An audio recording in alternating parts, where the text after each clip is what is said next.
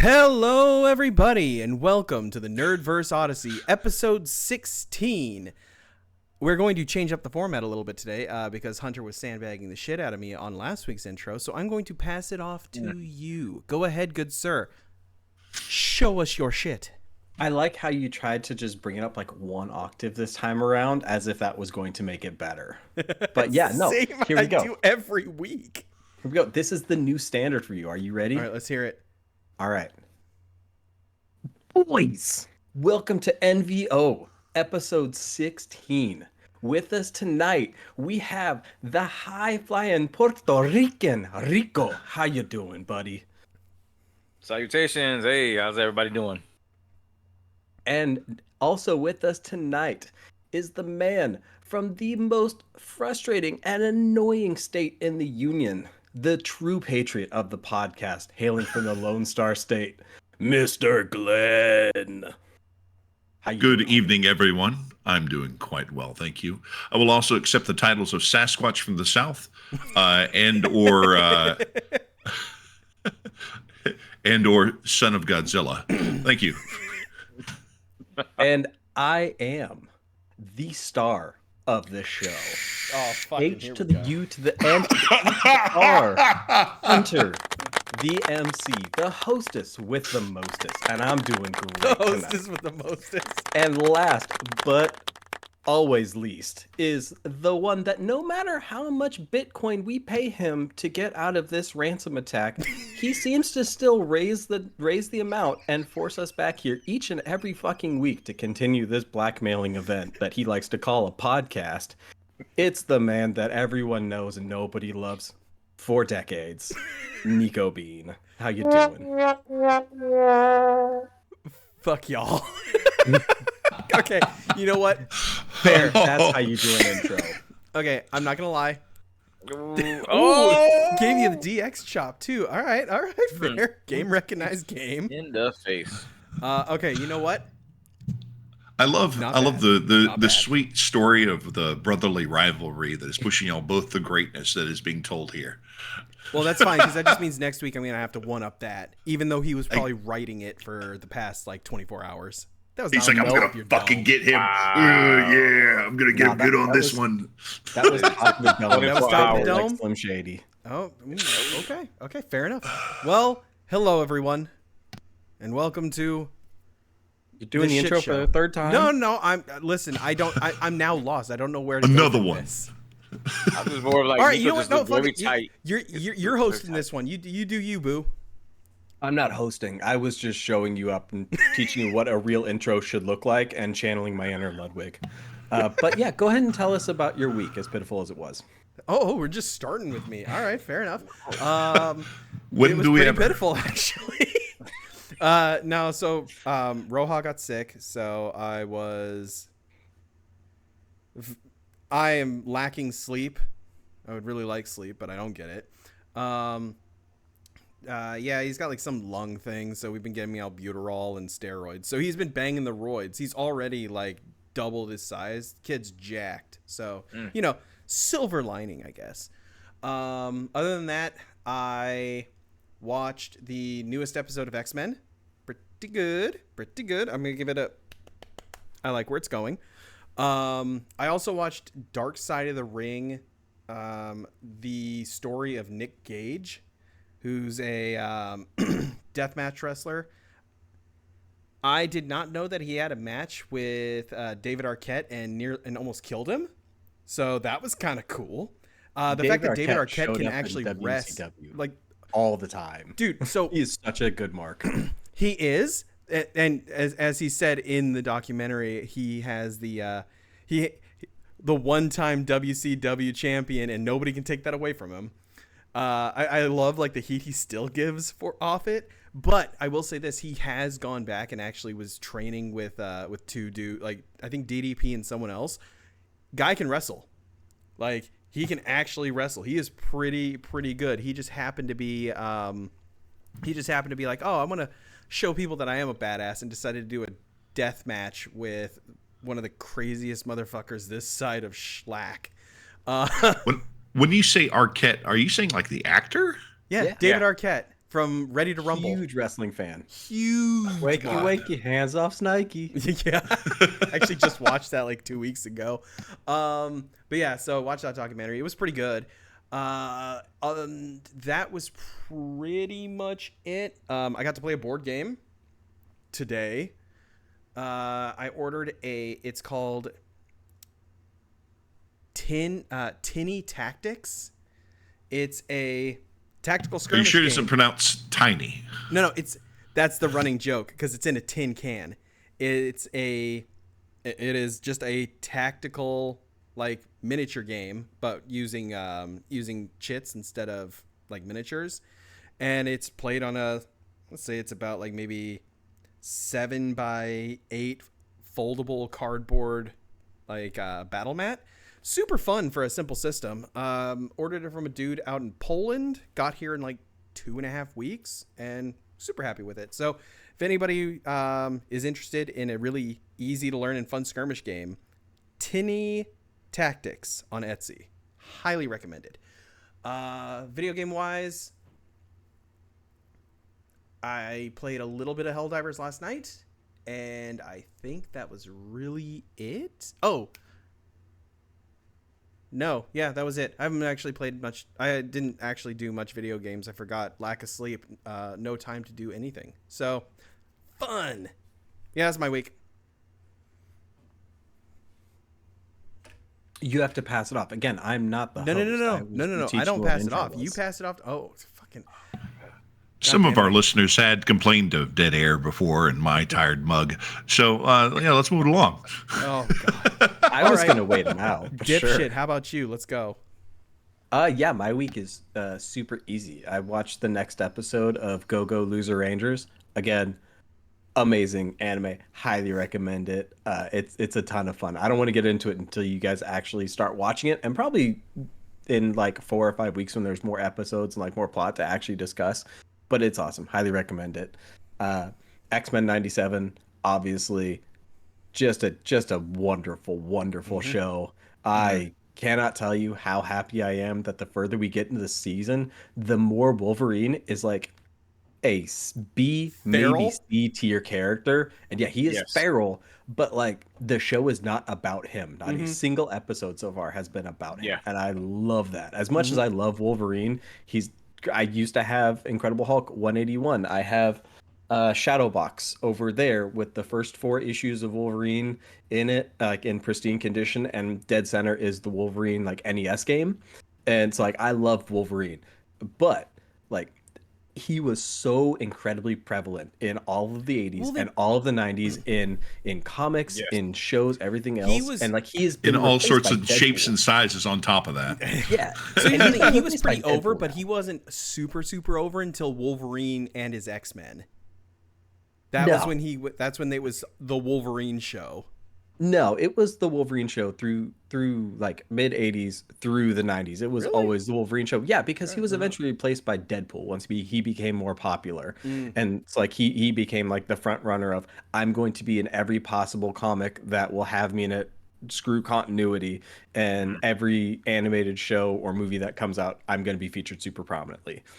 And like which makes sense, but it's nice. And as much as I love the character, like I said, it's nice to get to see like the other characters get the spotlight in each and every episode. I will say that Deadpool kind of rose to fame, what with the whole rise of internet memes, and so it makes sense. That's what happened with Moon Knight too. All because of that fake panel where he's walking down Dracula's castle saying, "Dracula, where's my fucking money, you nerd?" Well. Deadpool got popular before then, but the internet memes did help, and that really pushed us. I think it was like this close though. Yeah, that was like what tipped over the edge, and that's when we got like Cable versus Deadpool, like that series, and then we got Cable versus Spider-Man, everything else that like really propel him to like the front of the table, and like it's fun. Those were really great series, but now like you're getting the same Deadpool fatigue in most media, not movies yet, but like for Deadpool that you felt for Wolverine previously. But again, and that could have also been connected to the whole Spoodermoo obsession that the MCU has had as of late. Yeah, it might have something to do with it. Maybe. And I also finally got around to watching Poor Things with my wife. I don't, have any of you seen this film I yet? have no idea what that is. Yeah. It's not for you. That's probably why you haven't watched it. Probably not, but I highly recommend. It was so much fun. So, the It's a main story about a robot becoming a woman or a woman becoming a robot. I don't know, one of those two things. No, it's No? I'm it's joking. about a mad scientist finding a woman who jumped off a bridge, who she had died. However, the baby in her stomach was full term and was still living. And so he pulled the brain out of the woman and inserted the baby's brain into her and reanimated the body. And then it's like you watch this child grow up to become a woman, even though she physically already was. And so you're watching her play catch up at a rapid pace and develop and then like learn and go out on her own. And she becomes independent. At one point, like because societal norms don't apply to her, Emma Stone just goes into prostitution to make money.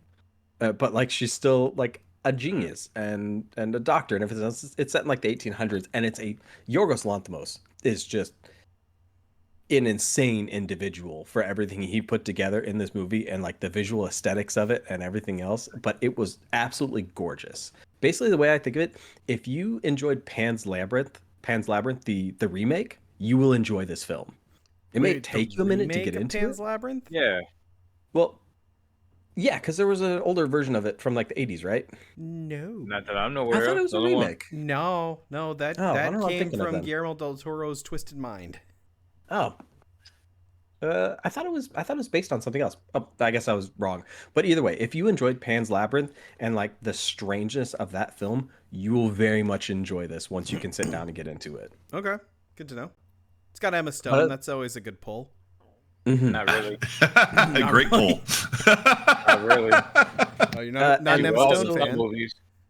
And also because I'm sure that this will draw you in specifically, she packed an entire career of nudity into this film. And see, now he's interested. Everything else no I gave interest him to tell whatsoever. him what to do. But the second I mentioned that, I watched his eyes light up. I don't like boobies. No, That's not at right. All. Ew. Boobies are gross. Ooh. But that's my week. Oh, thank you for your week. I do want to jump in. I did forget something that I did do. In a blind stupor, I decided that I wanted to cut all 3 of the Evil Dead films into one long movie because I saw an interview with Bruce Campbell where he's like, yeah, it's technically, since we didn't have the rights, we wanted to make a sequel, but we couldn't. So we did the recap in the beginning of Evil Dead 2 to kind of catch everybody up. But he said, if you cut from this specific scene and start Evil Dead 2, it'll all make sense. Same with Army of Darkness. So I started doing that. And then I ended up finding that somebody already did it and did it a lot more professionally with like changed gradient lighting and like redoing the scenes a bit to kind of like make it all flow a little better. So I have 2 versions of it that y'all can find. Definitely worth it. The better one though is the I'll Swallow Your Soul edition. And both are Sounds like about a great 3 night, hours and 40 but- minutes long. So it's like, it's not too bad. It's about a Lord of the Rings extended cut. Wasn't Evil Dead 2 just effectively a remake of the first one? It was, but I it was believe so, also yeah. a sequel because they couldn't make the sequel. It was originally supposed to be a sequel, but because they didn't hold the rights to the movie, they didn't have the rights to their own film, so they couldn't actually make a sequel, so they had to redo it pretty much. But it's still, there are some things that are like I think even Sam Raimi said the Ash at the end of Evil Dead 1 died, and it's almost like an alternate universe version. But then again, they've flip-flopped over the years, so who knows. So I found this cut. I watched some of it, saw how they connected the dots. I was like, okay, I like what they're doing here. At what point in the film is it no longer a remake? After all his friends die. I mean, That's isn't where. So it was supposed to be.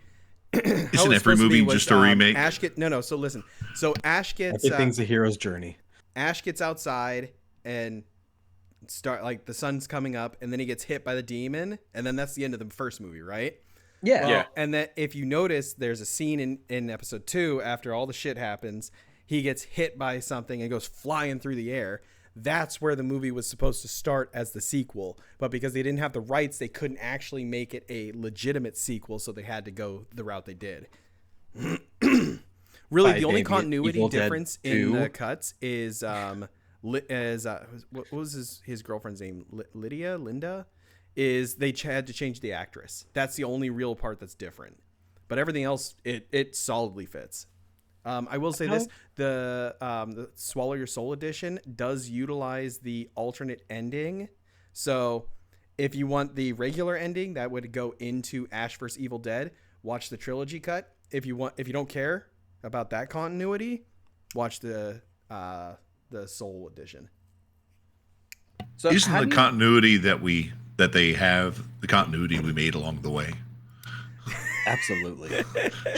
but also, how do you have the ability to name it Evil Dead 2 but not have the rights to make a sequel? Where's the disconnect? No idea. It's that the whole thing about that's weird, because even the even Army of Darkness is an entirely different studio produced it. So like there's trouble with that. That's why they haven't had a trilogy collection, because one company owns the rights to this one. I think they own the rights to number 2, but then another production company owns the rights to number 3. So it's just all over the place. It's not Evil Dead the number 2. It's Evil Dead TOO. It's actually Evil Dead II. So it could just be there you go. Evil Dead II. My goodness. Yeah. Okay.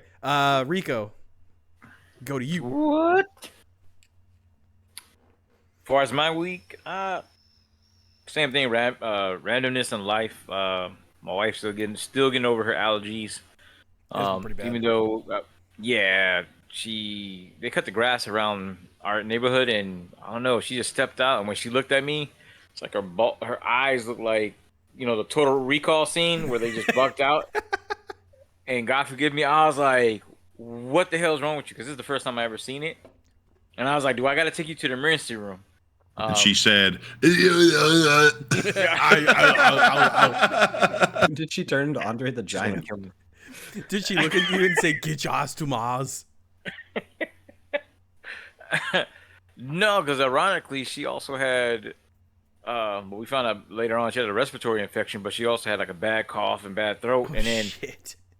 I think what it was, she pretty much tossed it towards it was allergies, and I'm like, as a man who don't have allergies, I'm like, this is like bad to me. But got her to urgent care and stuff like that. She got antibiotics and some ointment and stuff, so she's her eyes are looking a little bit better on that part. But it's weird. Almost every week, one of our guys in our family is sick. Yeah, somebody's sick.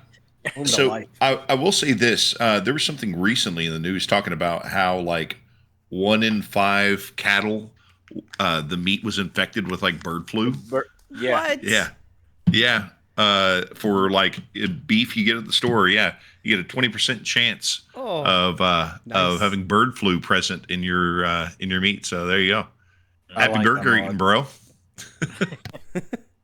But yeah, my wife did basically something similar to me, Rico, last week. She asked for a power washer, and me being me, I'm like, that sounds like a great time. So I immediately went out and found one, brought it home, and she took all the rugs outside while people were mowing their lawns for like the first mow of the year, power washed the crap out of all the rugs, let them dry outside on the driveway, and then brought them inside the house and like set them down and got the house all situated again.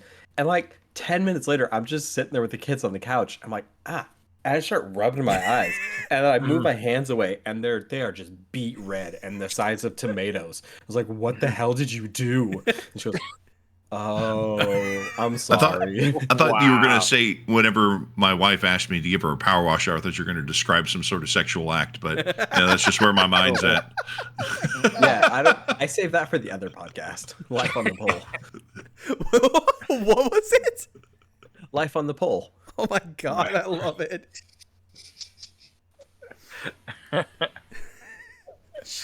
Oh man. Sorry, I interrupted you on your week. Go ahead. No, you're good. I love the banter, but yeah, just for me, I think that was just the first time I seen her get that bad. And again, there's no secret she has a serious health condition with lupus, so it's always like it's a weird game of finding out, hey, what's gonna happen to you this time, or what's your body gonna do that I might have to take you to the emergency room. So what you're saying is your wife is a human loot box. A human what? A human loot box. He said lupus, not loot box. It would have been more appropriate to make a Dr. House joke. Yeah, that's what I was gonna say. Did she send her diagnosis to House? I mean, that was the funny thing when I saw some House clips. Like, hey, you have lupus? I was like, Dude, fucking House clips have been showing up in my YouTube Shorts a ton as of late. It's made me go, maybe I should watch House again. That's what Big Brother wants you to think. They want me to watch House, apparently. Oh, yes. But as far as that TV, I'm still waiting for you guys to finish Fallout. Then we can talk about that. Did talk to some other folks from work about it. Did you finish Fallout? We can talk about it because I've never played any of the games, and at this point, every time I open Amazon, I find something else to watch for 3 weeks in a row. So just go ahead, and I'm gonna get all the spoilers, or I'm gonna enjoy it anyway when I get around to it. Oh, Glenn, I did forget. Sorry to cut you off, man. I forgot to mention there are a lot of Fallout 1 Easter eggs in there because I forgot because I restarted playing Fallout 1. Shady Sands is one of the main cities in the show. Mm-hmm. And that's the first town you go to. Is Nandi the mayor? What was the name? Nandi? No, that name's not familiar. Maybe Shanti. Hold on, I'm gonna look this up right now. Yeah, go ahead. Are you thinking of Naruto's catchphrase? Nani? But continuing on, did see X-Men 97 episode 8. That was one of the best ones out there, especially when Magneto helped escape, and then when he did this whole Omega thing, I was like, yes, finally we get some no matter the villains or characters that again they're showing their max capacity or just the fact of that part. Because I don't know if you guys ever seen I forgot what the storyline was, but there was a storyline where the first time I saw Magneto's one of his powers was somehow Kitty Pryde was stuck in like a huge bullet made out of metal that another planet has sent to destroy Earth, because supposedly in the prophecy Earth was going to destroy them or something, or the mutants, and Magneto was the only one that was able to somehow control it. And then Kitty Pryde I think also made it to where it can go through it phased through the Earth without destroying the Earth, and then they also rescued her on that part. So seeing Magneto going to the North Pole and then shutting everything down was fantastic. So I just love when Wolverine was all like, and he just declared war. Can we just make this the first topic after weekly updates? I'm so excited to talk about it. Okay, yeah. Me too. Yeah. Oh, and correction, it was Tandy, not Shandy or Nandy. It's Tandy. Tandy does not. I don't remember that name for the show. She's probably there. That name of the show. I play Fallout 1. That mayor, if she was there, that's long and gone. You know what? Is like that's true. This is years. This is 100 years. No, it's Is it like 22 something? 2277, I think. It's close to that.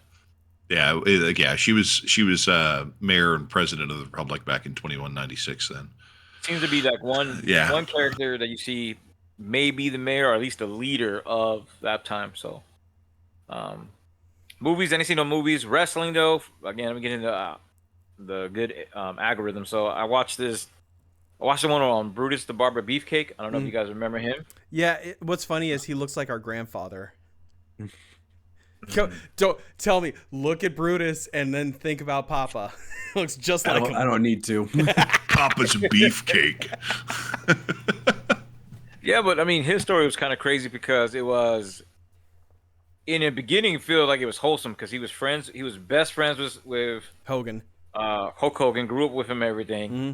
And then again, the running thing I'm seeing from the old wrestlers is a lot of partying, a lot of drugs, a lot of drinking, and then just the weirdest crap happening. In this case, with Brutus the Barber Beefcake being that one of the what was it? I mean, you pretty much can blame his friend who had the boat, but basically they were parasailing. He got annoyed that his Beefcake's friend got annoyed that some more people arrived late, and he wanted to go parasailing, and so his annoyance basically slammed the throttle forward for the boat to go, and a woman that was hooked up to parasail, I don't know if she was a wrestler, basically her knee went into his face. Ooh. And so if y'all didn't know, that's his when whole he busted face, up his face. yeah, it was falling apart. He was holding his jaw inside of his thumb. It was inside of his mouth to hold up his whole jaw because this was all messed up.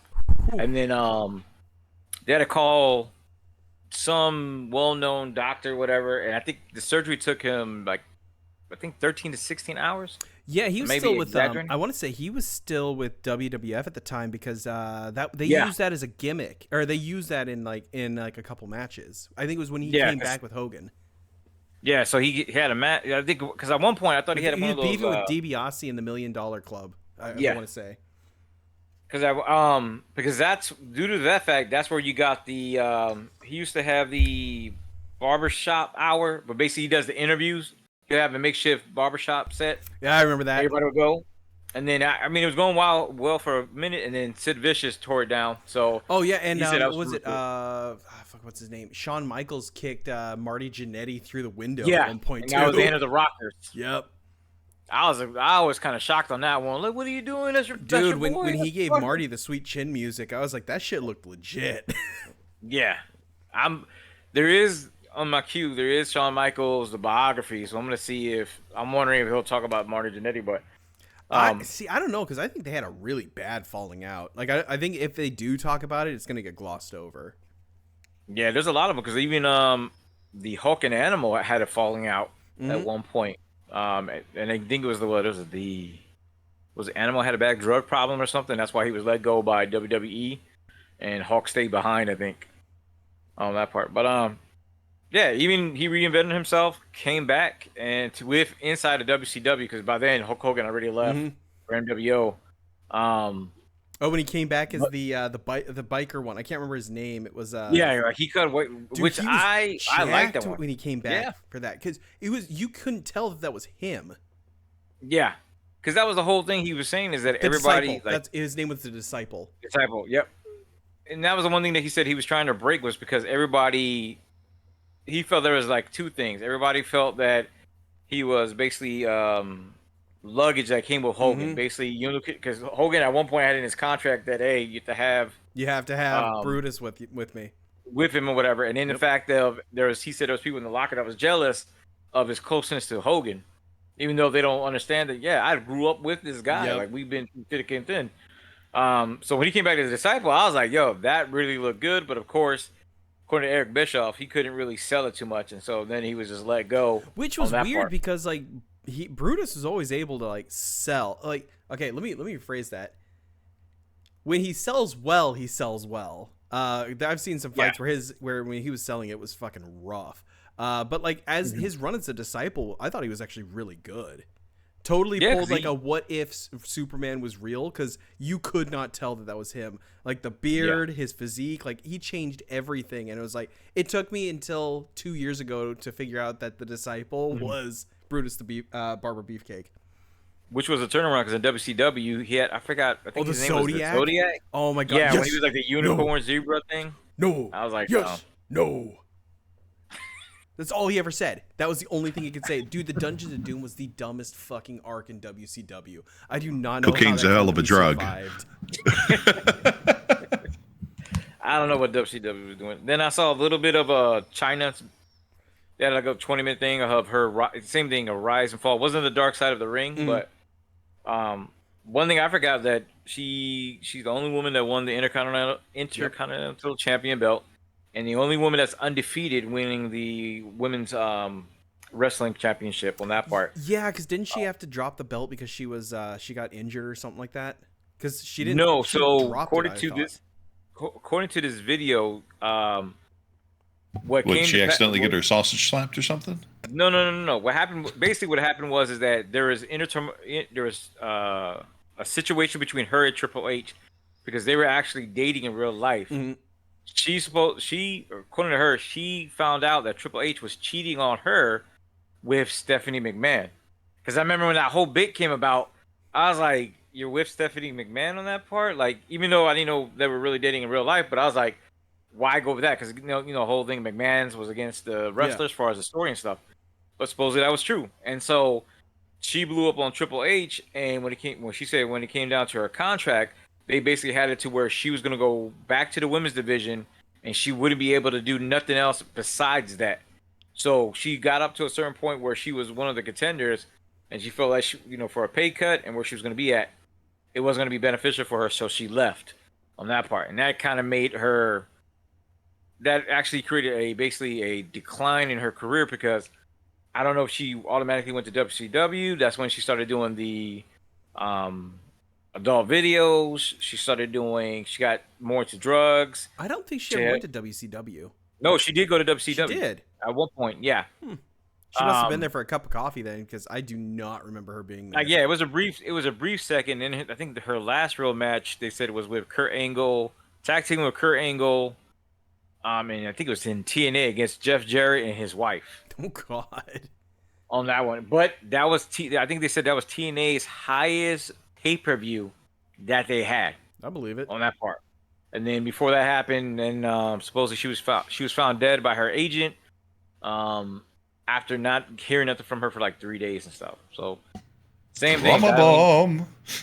Battling her inner demons, her spirits, and just didn't win that one on that part. Did they ever induct her into the Hall of Fame? Part of Degeneration X, but not individual, as they are. And the reason they felt that bullshit. Man, Vince isn't there. They need to fix that. Well, Triple H is the one who said it. And now, with context, Triple H was on the podcast. I can't remember what the podcast was because they highlighted in the video. Mm-hmm. And so, what the narrator was saying was that the reason why she hasn't been inducted yet was the fact that kids can Google her, and when they Google her, the first thing you see is the adult videos. My thing is like, you have countless wrestlers, that are all male. Sunny was inducted into the WWE Hall of Fame, and she did. She was in Playboy. Well, I don't know. No, that was Sable.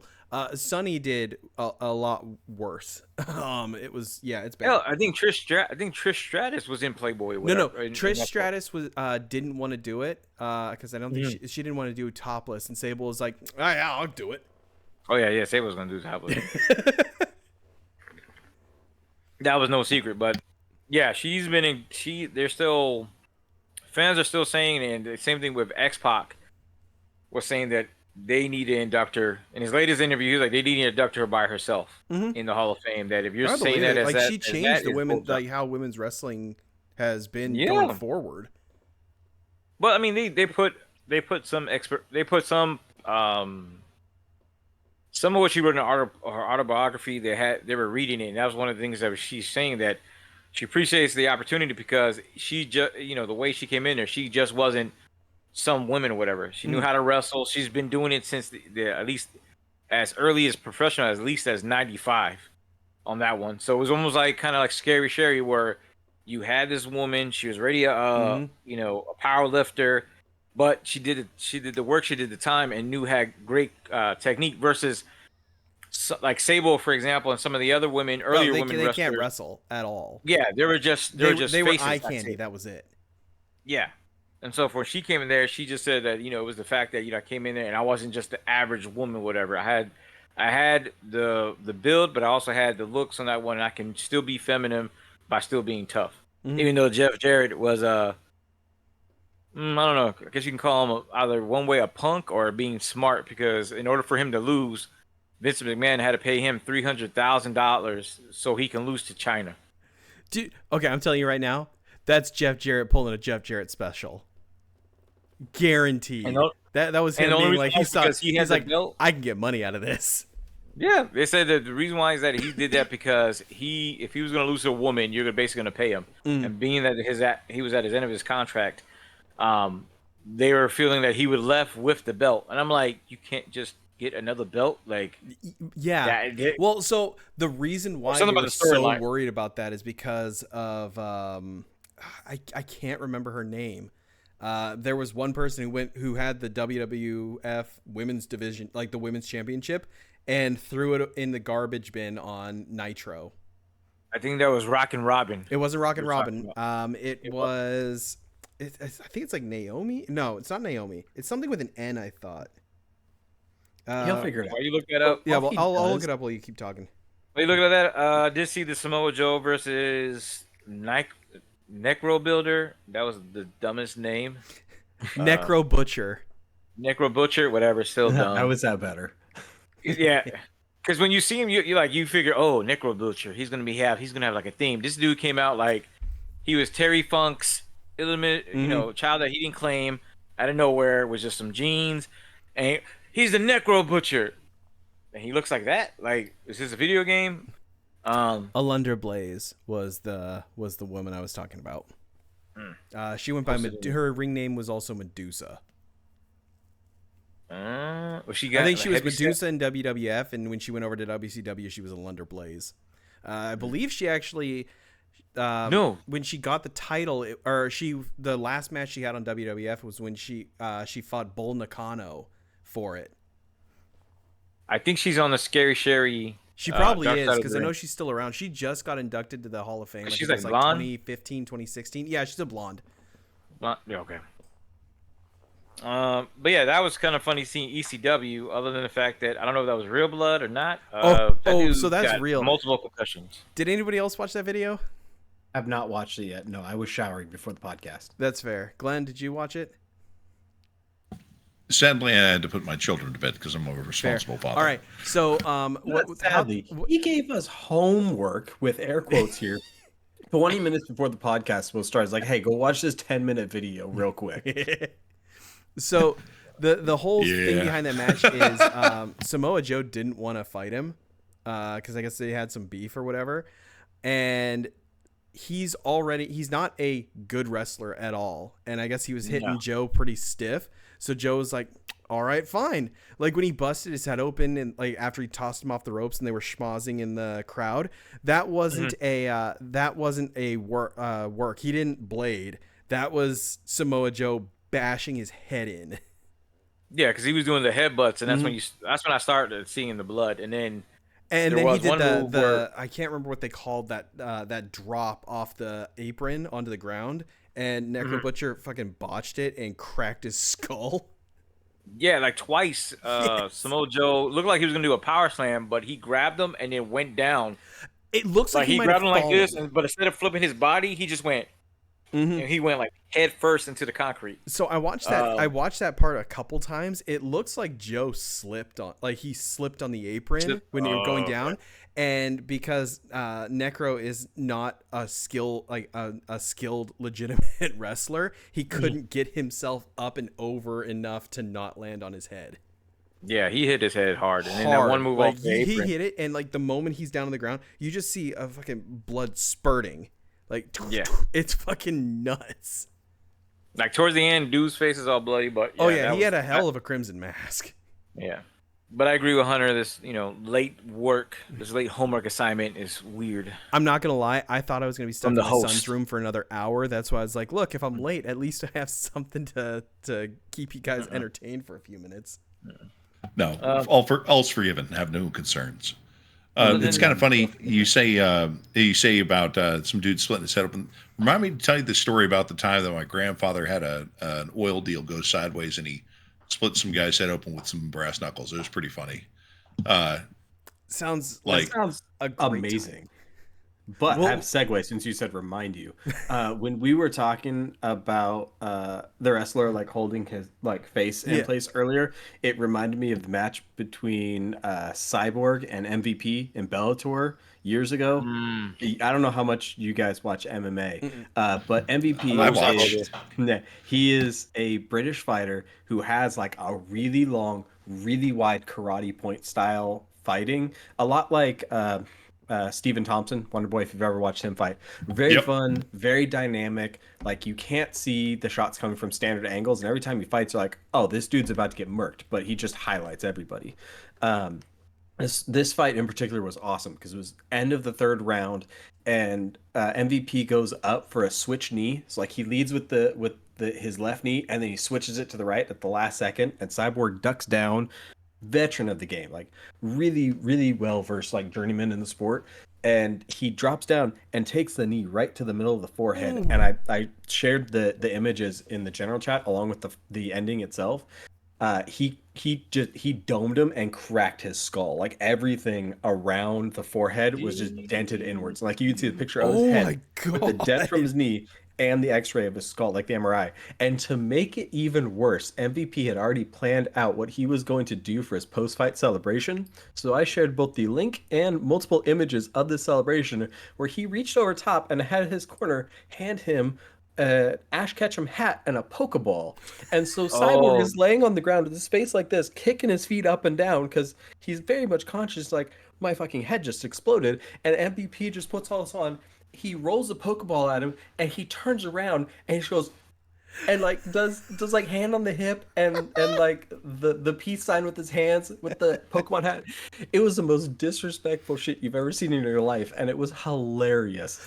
Oh, that is so good. Yeah. I could not have planned a worse moment for that celebration. Yeah, I didn't know that celebration went with that fight. I knew somebody got knocked out, but I didn't know it was that bad. Dude, looking at the X-rays, it just looks like when you do an X-ray move on Mortal Kombat 9. Yeah, where you hit them so hard their skulls break. Yeah, and like the clip I shared is like 45 seconds. It shows the knee, the like grabbing all, and the full-on celebration. I highly recommend the watch. All right, Rico, keep going. That was a tangent. No, you're good. That's how I was trying to end my week real quick, but you guys keep on coming. I see how it is. I'm gonna go ahead and drink this coffee. I'm just rambling now. So. All right, fair enough. Glenn. No, my bad. The last thing was just Fortnite duels for us games. Your damn mind. Hey. Okay. Anyways, Fortnite duels. I try to play solo. I got my ass whooped by some little kids, so I don't want to talk about that too much. But they need to go touch grass or whatever the new saying is. Because the fact that I'm trying to switch weapons and you're doing say less. Jump, you do this jump with the plunger. Next you know you're over here. I'm trying to hit you. I was like, you know what? Fuck you and your mom. Anyways, go do your homework or something, kids. It's not cool. Can't be doing this on Fortnite. Because you like you doing yours last minute, right? But I love my son because he's the one who got me playing Fortnite. And he was like he'll sit down and watch. He's like, I want to watch you play solo because I believe in you. I'm like, oh, okay, cool. And then I'll get my rank 6 and I get whooped. And then he's like, oh, you'll do better. And I'm like, thanks, buddy. And then when I leave, I'm like, this freaking video game, man. This was Call of Duty. It'd be a different story. It was Black Ops 2. It'd be a different story. No, I'm joking. But I believe in you, Dad. Yeah. Dad. Get your ass whooped. Yeah, pretty much. It's not like that. You got insurance, ass whooping insurance, because you about to pay a deductible. But he does this thing though, when he'll be like, "Hey, let's play." Like again, there's a mode where you get all the weapons and all the vehicles, and then I'll be trying to do something, and he'll just come up behind and start shooting me, and I'm like, "Who the hell just killed me?" And then he just laughs and then runs away, and so then it's just me trying to chase him. Because he's doing the same bullshit, doing this stuff. I'm like, you know what? I'm done with this. I'm done with this game. So before they upgraded the engine to Fortnite, like the last really good map that they had before that was like the liquid metal that was spreading all throughout the map. I don't remember the name of it, but it was a lot of fun. And one of my favorite things to do when I was bored was as soon as the match would start, I would find whichever giant tornado, it was like liquid, it turned you into liquid metal when you went up it. And so I would find the closest one, I would drop near it, grab a vest or grab whatever I could, like guns and stuff, and then immediately go inside it. And I would just position myself to be dead center in the middle of that tornado. And I would just watch the circle come in further and further until it was like right on top of me. And there was only like 3 or 4 people left. And then I'd just be at the top of it. And I would let it shoot me out, and then I just start sniping people from the air, and I won so many matches that way, and it was dirty as shit. But I had 10-15 minutes I had to kill every match when I did this, so I just turned on YouTube videos and watched those while I was watching everybody die and the rings coming closer. That's how I cheesed my way through ranked on no build in Fortnite. Classic. Demoralizing victory. I mean, I got one victory royale, but that one's kind of coaching from him as well. He's like, yeah, get that weapon. I'm like, all right, cool. What I do, because I'm so used to playing like Call of Duty back in the days where it's like I really don't need to switch weapons. I know already how I know the map and do everything. But with that, it's a lot more stuff than that. So that is my week. And Nico, I'll pick it up from here. That's perfectly fine. Let's keep moving along. We don't need no Nico. So put something up on chat. I wasn't quite sure if I'd share this with you guys. The last thing there, had I the whitehead Turley bout? No, haven't heard. Oh, okay. Yeah, because we're not your friend. Yes. I think actually that was something we talked about the week that Nico dropped out on us, and we were just kind of shooting the shit with us guys. Yeah, I think that was it. Yes. Let's see here. Oh my God. On June 16th, in Houston, Texas, my very good friend, Rusty Turley, who is my son's wrestling coach and also the loving husband to my conditioning coach over at the One Fight Academy. He is going to be facing off in a bout against this goofy looking fucker named Whitehead. I'm fully expecting watching some of the way he's training and the way this Whitehead kid looks. He's going to push his poop in completely. Please tell me Whitehead is bald and looks like a pimple. I just add a mustache to it and maybe like one of those like I'm not quite sure like how. One of those 1930 knuckle boxers or something. He does. That's it. Right. Yeah. What was 1930s? What would it be? Like the 1800s or something? One of those. Yeah. One of these guys. Right. Yeah. Right. With a little alopecia mixed in. This raggedy fucker, he's going to get completely owned by Rusty, and I look forward to watching my friend lay him low in June. So I'm going to try to get a table seat for the or a table for the bout. But if not, it'll be just fine. But yeah, I'm super excited about it. I mean, if you look at the title card I sent you guys, like the dude, all right, he just looks like a winner. Rusty is going to own it. All right, so enough of my MMA promoter speech here. He's gonna murder him. He's gonna end his whole career. His children are gonna be ashamed to show the faces. But Don King, we get it. It's fine. Right? That's what I was trying to remember. I was like, who am I imitating? Oh yeah, Don King. There it is. Hey, you know what? Don King did his job because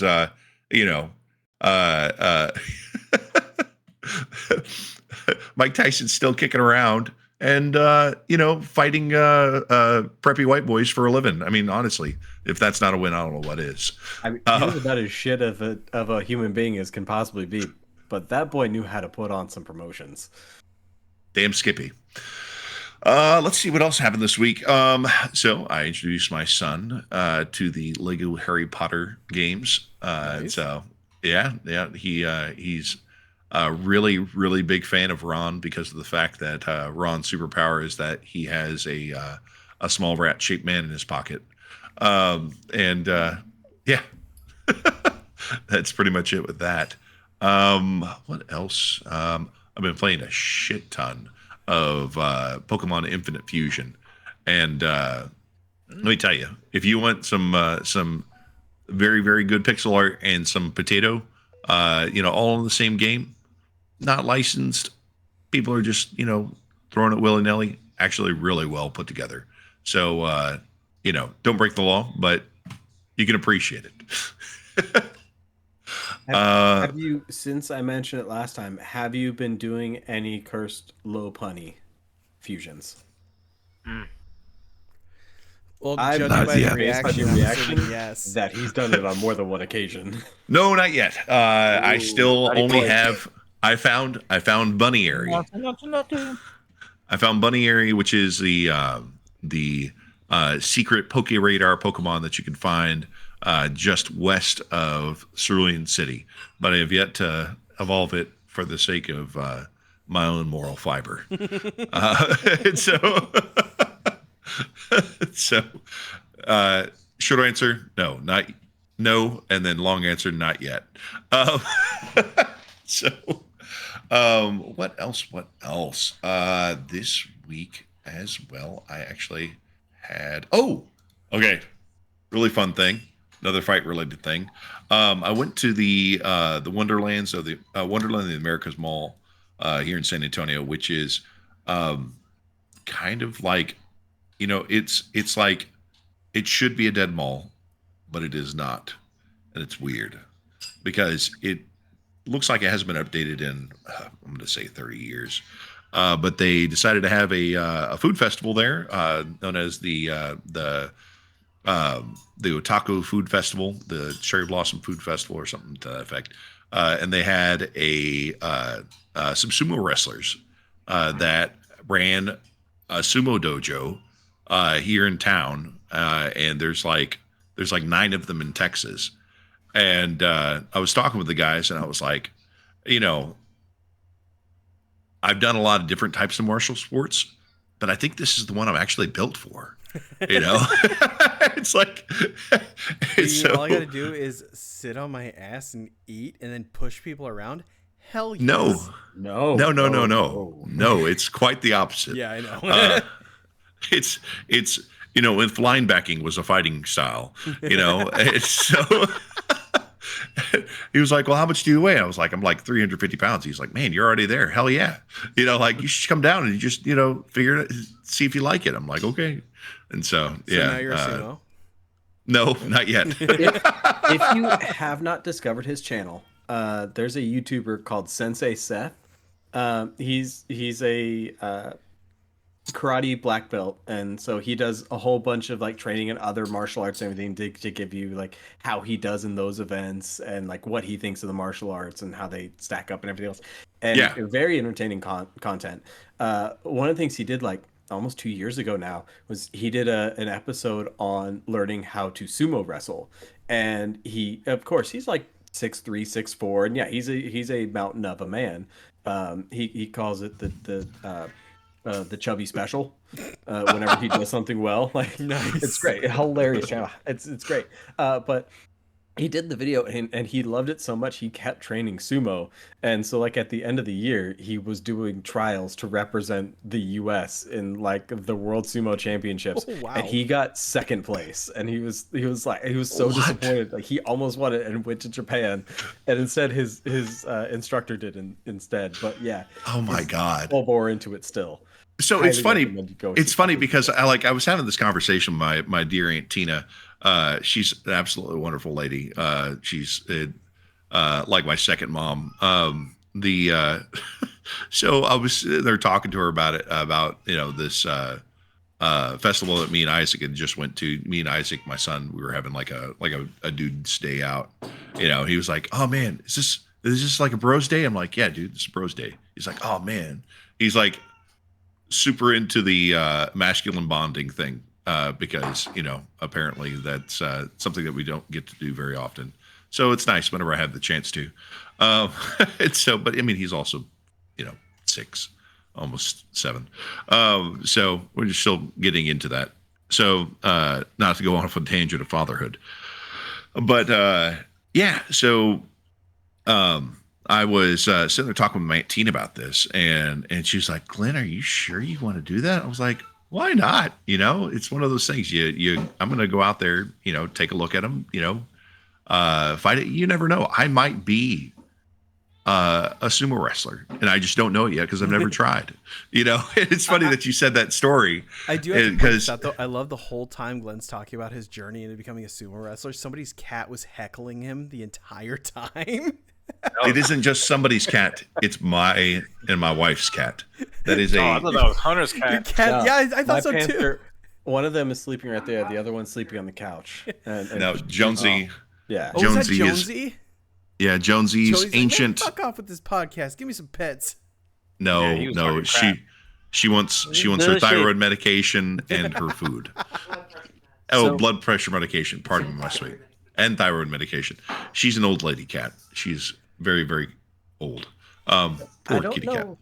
I don't know how versed you all are in the world of sumo, but I recently learned that the Japanese have not been dominating the sport for the last 20 years. It's actually Mongolians, and like the goat of sumo wrestling is Mongolian.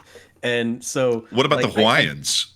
I found this out because there was an article that I was reading that there's a huge push to start like a Dagestani style MMA scene in Mongolia because they're like the next nation that has like the base for everything that you need to really like propel yourself into the mainstream of the sport. And I was like, the fuck you do? Like Russia has been genetically breeding their human beings for wrestling for decades now. Like there's a reason why Dagestanis are like, I can move from wrestling to sambo to MMA and I can fuck everybody up, right? And so I started reading about it, and no, like they're completely dominating sumo because they're smaller, but they're more athletic and technical, and they have all the infrastructure set up to now make a push for MMA. So like, I'm just saying, like, you know, what you're saying is, and it's going to be dope. So what you're their saying ancestors is the Mongolians did, have invaded Japan and are trying to take over. You know, there's an old adage where you don't have a land war in Asia, but Mongolia was like, fuck that. I'm going to have a land war in Asia. And they won. Like, I'm just saying. So who is the Genghis Khan of sumo wrestling now? I'm curious. I can look up. It starts with an H. I cannot remember it off the top of my head. That's funny. So I did put the Sensei Seth videos, at least 2 of them, nice in the general chat. Hakuho brought it up. Okay, so I'm gonna say it's now canon that Ghost of Tsushima is actually just it's a fantasy retelling of how modern sumo wrestling is in Japan. Oh my god. and also apparently I don't like the rest of our male gender constantly think about the rise and fall of the Roman Empire. I just think about Mongolia. Because I have another great Mongolian story.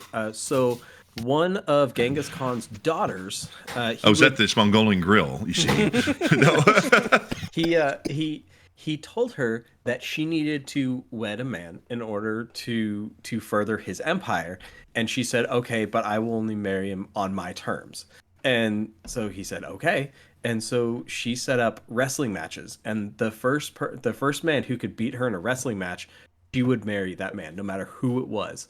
And so for years and years, dudes would come up and they're like, I'm gonna do it. I'm gonna beat this woman in this challenge. And she just mopped the floor with all of them. She never once lost in her life, so she never had to marry a man. And she got to just enjoy all the battles and everything else that came with being Genghis Khan's daughter without having to marry someone else and take care of their portion of the empire. That's funny. That woman was a badass. You know what? Speaking of Genghis Khan, if y'all haven't read it, Japan by Kentaro Miura, it gets a lot of flack online, but it is really good. Not Japan. King of Wolves or King of the Wolves. I have read that. I've read that manga. It is really amazing. Good. It's really good. It was Japan that he gets shit for. King of Wolves is actually different. King of Wolves is really good. But yeah, I highly recommend it. It's a story on the origin of Genghis Khan. Yeah, I'm gonna get us back on track here because we're currently we're currently centralized in Asia, and I'm gonna segue our asses back to nerdy shit. So, let me finish my week. Actually, hold on. Let me finish my week. Whatever, fine. It's nerdy. It's nerdy. I promise. Wrestle right now. Take it to the mat. Take it home. Project Zomboid. There's a mod apparently where you can only move 1 tile for every kill that you make, and it was made roughly about 5 days less than 1 year ago, and it is exceptionally hard. Is it turn-based or is hold on, you can't just leave with that. Is it turn-based or are all the zombies coming at you in real time? All the zombies are coming at you in real time. Ooh. You wake up in a house on 1 tile, and you have to kill a zombie to make 2 tiles that you can move to, because otherwise you can't move. Mm-hmm.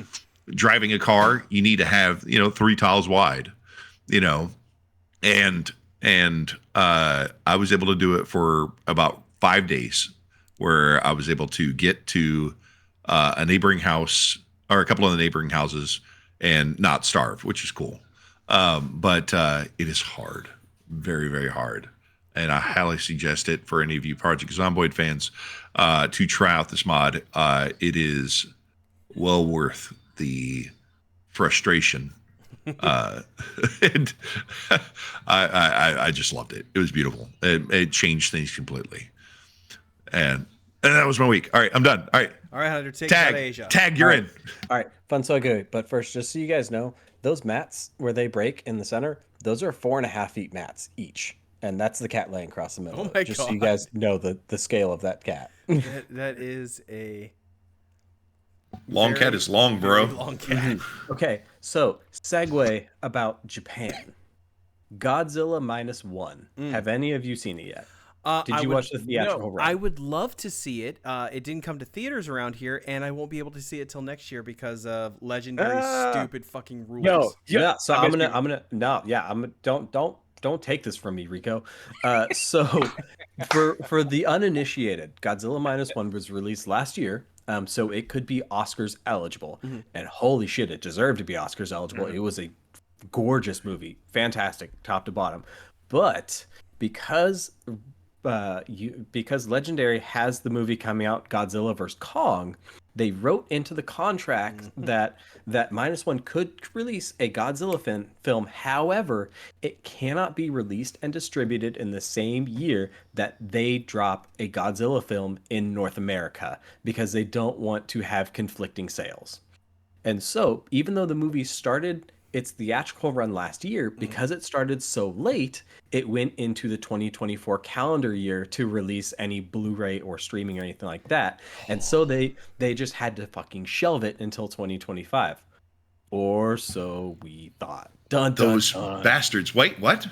Turns out, the way the contract was written, they cannot, and this is how I'm interpreting it, mind you, they cannot release the physical media of the film. So you can't do like 4K Blu-rays or anything. However, it is going to streaming in like a week. Nice. Where? I believe it's Amazon. You said it. You said it correct. It drops on Amazon Prime Japan on May 3rd, 2024. So it's by now, I believe it's already out. Yeah, it'd be so today. If anybody has a VPN and would like to sign up for a Japanese Amazon Prime account to watch it, even just on the free trial, they can now watch Godzilla -1. Nice. I am quite moist right now. Is that the name of the podcast? I'm quite moist right now. Of all the sound bites you could go with, that's the one you're choosing? Yeah. All right. You do you, I guess.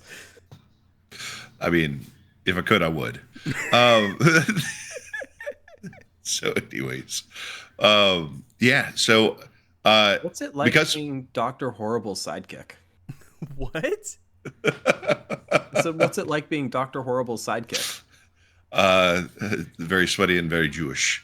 I don't know. It's I don't. Whenever I think of that actor, I just think of Wolowitz. That's all I think of. Like, do you need anything moistened or wet, perhaps?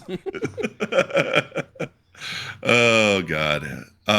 Hey, because we didn't talk about it last week, let me get the 7 days to die thing out of the way. So go ahead. We'll just go right to so we can leave it alone. Yes. And not have to talk about this anymore until you know they release another patch. Until they release another patch in. So they're going from Alpha Q4 to Alpha 2.0. No, right. So as of June of this year, 7 Days to Die is leaving Alpha. They are calling it the Alpha Exodus.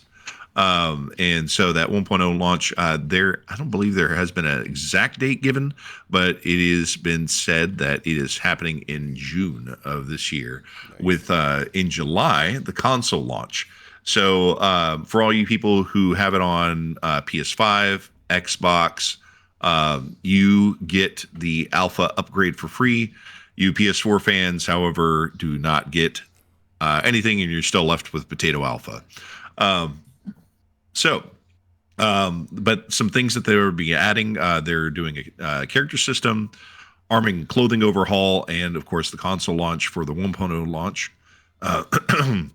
Completely remodeling vehicle assets, new animals, new gore systems for the zombies, some zombie variants. So you have radiation suit zombie with yellow, radiation suit zombie with orange, radiation suit zombie with white, so on and so forth. So it isn't the same zombie every time, same model, but different colors or different texture to it. There's going to be new challenge systems, some new props, some new road decals, some new POIs, an upgraded graphics. So hopefully with and with some optimization, updated controller support, plus a whole bunch of other minor quality of life improvements here in June. So super excited about that. The next point that they have for this is in quarter 2024. They're calling it Storms Brewing. And they were going to introduce a weather system and a biome progression overhaul, along with a wardrobe system so you can dress up your survivors in pretty pink frilly outfits. And my cat is dying over here. What the hell is happening to that thing over there? She's old. I'm glad I'm not the only one where I was like, what the hell is going on? I was worried for that thing for a moment. Wow. She's just. It sounded like an 80-year-old woman imitating what she thought cats having sex sounded like. I mean, that's Jonesy, man. So yeah, I think she's laying down now. So hopefully, crazy. No, I'm old. Anyways, all right. Continue my rolling. So there's also in quarter 4 2024 going to be introduced crossplay and for consoles. So you're going to have PC players with the superior mouse and keyboard support, being able to have an open season on the controller geeks. Plus, so this is PvP. It can be, yes. So it has a system that you can team up together to where there's friendly fire, of course, is toggleable, Right. and but yes, you most certainly can raid other people's bases and kill your battle buddies and all that fun stuff. Quarter 2 2025. As it should be, because you know what, zombie survival means survival for me, not for thee. It's quarter 2 2025. They're titling this one a new threat. Speaking of survival for me, not thee, there's going to be bandits introduced into the game, along with a UI overhaul, a new event system, and new quest type. So no more digging in holes and fetching stuff. Because at the moment, I think there's 3 types where you can either fetch a bag, you can kill all the zombies in a POI, or you can dig a hole. And sometimes zombies show up while you're digging the hole to get treasure. Like those are the 3 quests right now. So fingers crossed, it's something a little more interesting, maybe some capture the flag stuff, maybe some escort missions, considering that there's going to be bandits. Who knows? Because everybody loves escort missions, right? Best. Totally. The best. I'm going to call it now. There's, How long I mean, ago it depends on the rate of the escort, though. I mean, so $50, this game, 200. This game, 10 years? What? 12 years, my friend. 12 years. This game. Oh, yeah. Sorry. What was that, Rico? No, he said 12. So I was like, what the heck? They got little kid escorts? That's weird. Game's been in development for 12 years. 12 years. It was released 12 years ago. Yeah. In alpha. But in all Bitch, fairness, the game was released 12 years ago. Yeah. Alpha doesn't count anymore. Bingo. Fun fact, while it was in alpha, they released it on the PS4. Yeah. Yeah, and the PS4 does not get this Alpha Exodus upgrade, to reiterate. Early access. Yep. Yes. And then last thing that they have here for quarter 4 2025, there's going to be a trader overhaul. Story mode. What? There's a story being added? It's like for typically your RPGs, that's like one of the first things they have, but it just seems kind of like story mode. Hey, there's some zombies over there. You should probably kill them. All right, boss. And then you go kill the zombies. Hey, that was hard. You're my best friend forever. And then that's the story, you know. And like, I don't know what they're gonna do with it. I hope they don't screw the pooch on this one. Steam Workshop support, of course, and another new quest type. So, escort missions part 2, I guess. But Nice. so, Can't wait. but yeah, it's kind of funny. So, up until April 29th, because I was going to talk about this last week, April 29th, they had the chance to get this game cheap. But as of today, the game is now going to be $44.95 or $99 on all platforms and storefronts. And I'm going to double check this to see if this is the case. What's the name of the game again? 7 Days to Die. And it's 7 the number. Yes. And okay, no, currently it is $24.99. So it's still early access price as of right now. Yep. Yes. So we'll see how this happens, and I am waiting with bated breath to see what they do with it. Okay, so here's if not just for the car crash. Party people, if you have any interest in playing this game and have no interest in paying full price for a game that came out 12 years ago, just happy tap your fingers over to a site called g2a.com and you can get it for a global key on any Steam account for $9. If you have a European Steam account, you can get it for $7. And if you have a Latin American Steam account, which you can change your region, dun dun dun, hint hint, you can get it for $2. Do not spend $50 on a 12-year-old game. $2. Wow. So this is likely going to crash and burn, but I got the popcorn and I'm ready to watch. I do like in the note. I do like in the notes it says that you can choose between 5 disciplines, and then you unlock a skill by reading 100 books. And I'm like, they're magazines. Thank you. They're magazines. That's so. It used to be that you could, Oblivion style upgrade your skills, but they're like, nah, bro, that's too easy. Because I mean, what am I going to do if I'm going to do acrobatics? I want to jump. What do I need to do if I want to get better with a bow? I just shoot a bow a bunch of times. But this time they're like, no, we want you to loot and interact with the POIs. So they're like, you have to, you can skill up via experience points, right? But then to learn how to craft things, you have to read the literature. So I mean, it kind of makes sense because I can run a lot, and my running could get better, but knowing how to race or knowing how to do other track and field stuff, I'll probably have to study for that. So I mean, it makes sense. I don't know. It's one of those things. So that is it for that. Any questions or comments, gentlemen? Not really. I'm curious to see where it goes. I think I provide plenty of commentary on this one. I mean, I'll wait till that video clips. I mean, some of the stuff interests me. I had fun with it 12 years ago. Oh. If that's any consolation. Yeah, but now you get 1,300 unique blocks and bricks and stuff. Ooh. Oh yeah. 800 in-game items. You can actually. It's like it plays a lot like Minecraft, but with like more realism. Okay. So if you like unique zombies, yeah.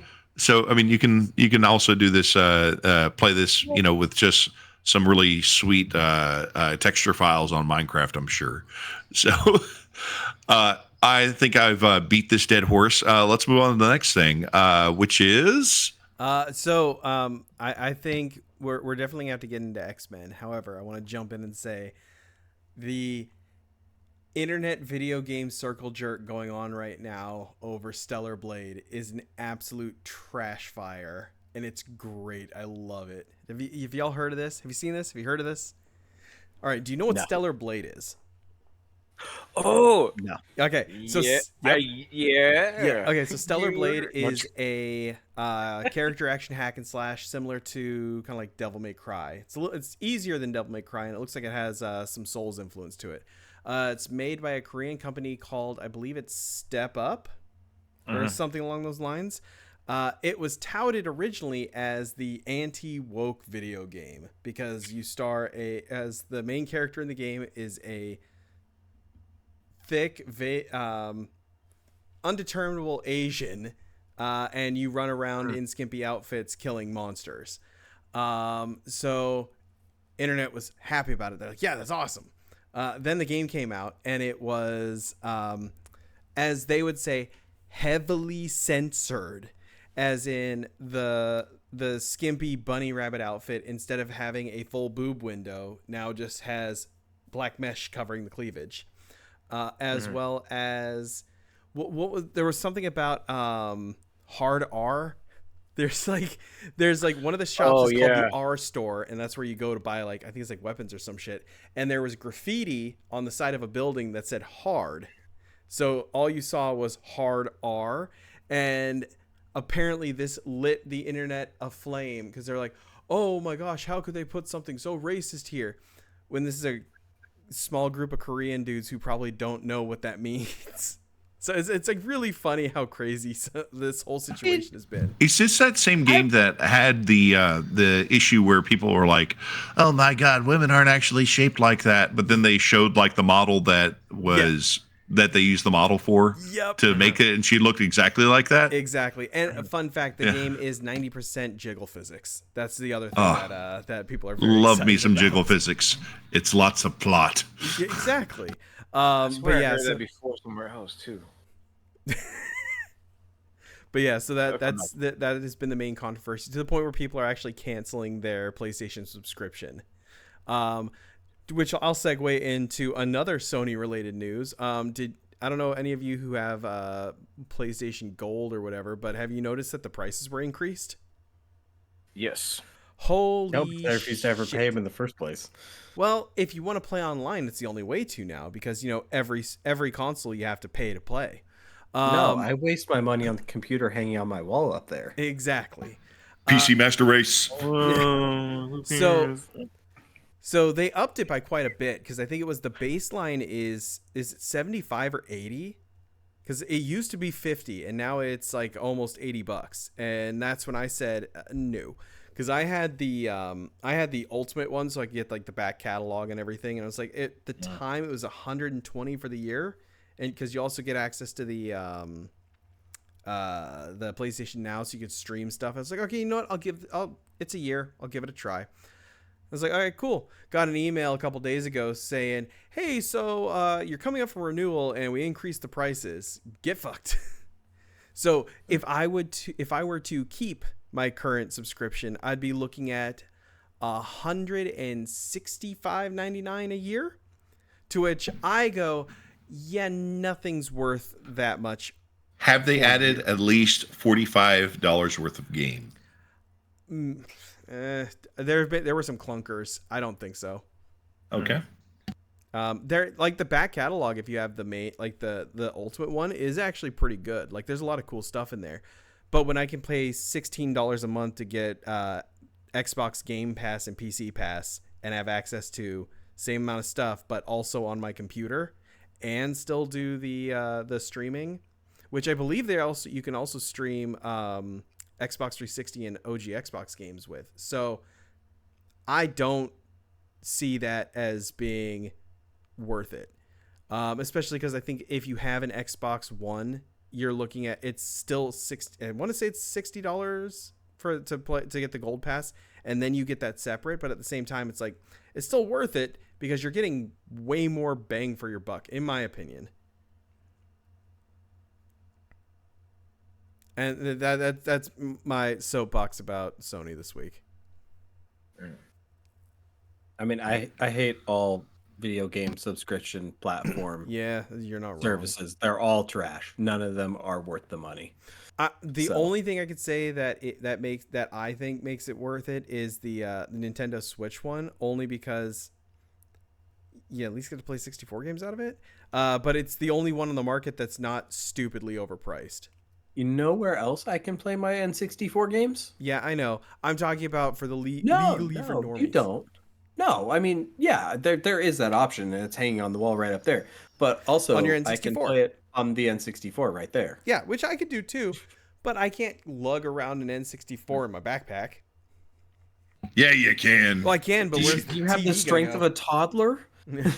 Oh. Like that in 64. I mean that's like what, 7 pounds? Yeah, plus a TV, dude. If you include the Rumble Pack and 4 controllers, maybe. Yeah, but you still need to lug around a TV, and those are a little difficult to stick in a backpack. Not I have a case that it's made by Games. It's named GAEMS, and it is a case specially made for transportation. It cost me like $100, and it has a 2K screen on it, with speakers included, by the way, and basically just has a little HDMI port and some headphone jacks that you can plug into, and instant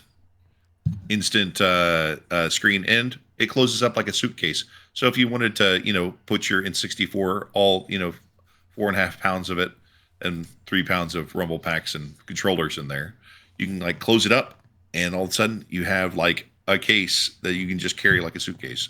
Like, it's not that bad. That's kind of cool. It is. It got me through a whole bunch of traveling. That's for damn sure. Fair. I will say though, as much as I hate purchasing video games through like platform specific ecosystems, because I hate that model with a just burning fiery passion from my loins. My son does have 2 books left to read, and then I get to buy a Minecraft for the Switch. So I imagine I'll be playing a lot of that in my future. So you'll have to get the online subscription. No, I have the gift card already like here and ready to go. I'm like, all you gotta do is read 2 more books, buddy. I'm gonna buy Oh no, I thought you were gonna play online with him. No, that sounds awful. Nobody wants to do that. So I've watched my son play the Switch version. You're gonna want to do that. Split screen is a slideshow. Oh, we just gonna on a pass big enough control television. back what we did It's today. well, on a big enough television, the split screen isn't so bad. No. It's not the size of the screen. It's the frame pacing drops dramatically. It is very, very rough on the Switch. I mean, I have the OLED edition, and Yeah. Oh no, there's it looks no really issues good on there. What I'm saying is though, Minecraft runs like it's running through molasses. It's pretty slow on the Switch. I haven't run into that issue personally. Fair enough. Yeah. My kid's been playing on the TV. I know it does swap a few things when it's docked and undocked, so maybe it works better in handheld than it does the TV, because that has happened in the past. Yeah, but we just hand over the controller and just swap back and forth every now and again. So yeah, I'm not worried about playing split screen. Fair enough. Okay, X-Men? we need to talk about X-Men. X-Men. Finally, I've waited long enough. Oh my god, I think we've talked about it before, I'm pretty sure. But like the start of the series, the first freaking episode back, you get hit by Xavier being dead and sent off to the Shi'ar Empire and remembering all those emotions from our childhood. And then we finally got to see the justification and the justice done to Cyclops, where he dances around the battle with his side beams. Mm-hmm. Oh, it was just such an amazing moment. I loved it. And then they immediately followed it up with the Blackbird going down and Nightcrawler and Rogue saving everybody, and Cyclops just falling and watching everything happen. And he's like, all right, cool, everybody's safe. And he flips around and just shoots the like full power Psybeam at the ground to stop him. About this. We were going to talk about the new episode. Don't give a shit. It's so worth talking about. It's my favorite scene of the year. Go ahead. So I will say this: at least I'm 20 not- times. I'm not quite sure why you're surprised about Professor X being "quote unquote" dead, because if you had actually watched, the original animated series, the last episode on season 5, episode 14, titled "Graduation Day," yes, Professor X is terminally ill. However, he gets picked up and taken to the Shi'ar Empire for like the last scene of the show. So like everybody's like, "Oh my God, Professor X is dead! I didn't see that coming." And it's like, wait a minute, dude. If you watch the original series, that's like literally the last scene of the last episode. And it's like, yeah, they say, "Yep, he's not dead. He's just gonna get space medicine done on him." Like, yeah, but the thing is like, go ahead. What year were you born, Hunter? 91. But like, so you're 6. You're old enough to understand. Yeah, but it was a cliffhanger. You're like, oh my God, is he actually gonna die? Is he gonna make it back? And like those like childhood emotions are what flooded back. And I was like, the nostalgia, it's there. It's so good.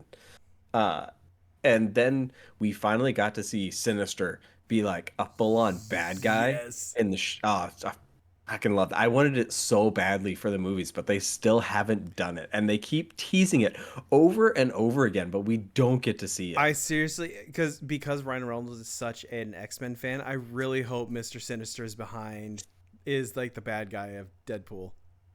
We got to talk about a theory that was on Reddit that came up today because of this latest episode. Okay, so let's just bum rush to this episode because holy shit, it was so fucking good. No, absolutely not. God damn. Like the battle in Quit Prior edging me like this, bro. With Nathan, and like they pulled heartstrings when they sent Cable to the future with Bishop. Like it was so good. I will say my favorite episode was definitely the Motendo episode, though. Yes. I was going to mention the Motendo episode. Oh, go ahead. Okay, so yeah, the Jubilee finally like figuring out that she can do more than just do sparkles. As I mean, in the comics, they find out that she doesn't just do sparkles. She's actually like creating like subatomic particles that are exploding as she's like basically shooting antimatter from her hands, right? And like the old Jubilee showing up. That was a great callback. And perfectly explainable without all the weird timey-wimey bullshit that's going on, in later episodes. And so it's I liked that they brought back oh my God, not Motendo. What's his name? Mojo. It's Mojo. Thank you. That they brought back Mojo and made him like a real threat as opposed to just being like evil and ugly and like laughing off screen while the bad guys do the thing. And it's like it's like he wasn't a Ganon where he was like ho ho ho ho, and then they had to do the thing, but he actually like threw down and it was fucking great. Loved that episode. They got the pixel art so pretty, so good. I was thinking about I was gonna say I was like they really are doing themselves a disservice by not releasing at least like a browser based game. Did the new Ninja Turtles beat 'em up because it looked exactly like that art style. Yeah, definitely. Which by the way, the DLC with Yojimbo is primo. But then again, I'm a huge Usagi Yojimbo fan, so. Yeah. Oh, and the callback to Gambit becoming the Horseman of Death. Yes. Oh yes. After his massive Omega level like fuck shit up scene. That was so beautiful. Just so well animated. Dude, I'm so pissed that he's dead. I'm so mad that he's dead. Dead, but he's. Are you familiar with Gambit's like story? No. Okay, so after he dies, right? He comes back as a horseman of death for it's not Thanos. Is it Thanos? No. Apocalypse. Yes, he comes back as Apocalypse's one of his 4 horsemen as the horseman of death. So he isn't dead just yet, which is probably why they released his death in the middle of it. What did y'all think about Storm's arc in the season so far? So before that, not necessarily, because they've already done Apocalypse and the 4 Horsemen in this show before, and you even see at one point during the series, I believe Morph turns into Archangel. He did. Like for I a think scene. it was when they were fighting Jean. Yeah. So, Yes, that is correct. So he might actually just be dead. That's totally a possibility. No, because the Gambit as the Horseman of Death shows up in Professor X's vision while he's on the home world of the Shi'ar Empire. I guess that's true. And They have had lots of little Easter eggs like that, and like Omega Red in the latest episode. So okay, yeah, and not to mention what's his face, future Red Hulk showing Ross. up. Yes, but I think just to go back to Storm. Like, all right, Storm lost her powers, and then she had a Vision Quest with some Native American, Forge. did some peyote. Yes, I know his name. Sure. I understand. Yes, with Forge, the Inspector Gadget of a man, and or the X-Men Tony Stark. I'm not quite sure which one he would take. Right, and so. But then they did, some peyote, and everything's better now. Like, or what do they call it? The cactus that healed him after he got poisoned. What was it called? I don't remember the name, but yeah, that's effectively what they did. I thought it was a good episode. I liked it. I mean, yeah, and the fact that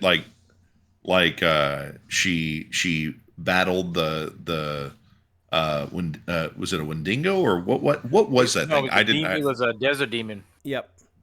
Is that the name of the bad guy, or is that just like is that a recurring character? Is this new for this episode?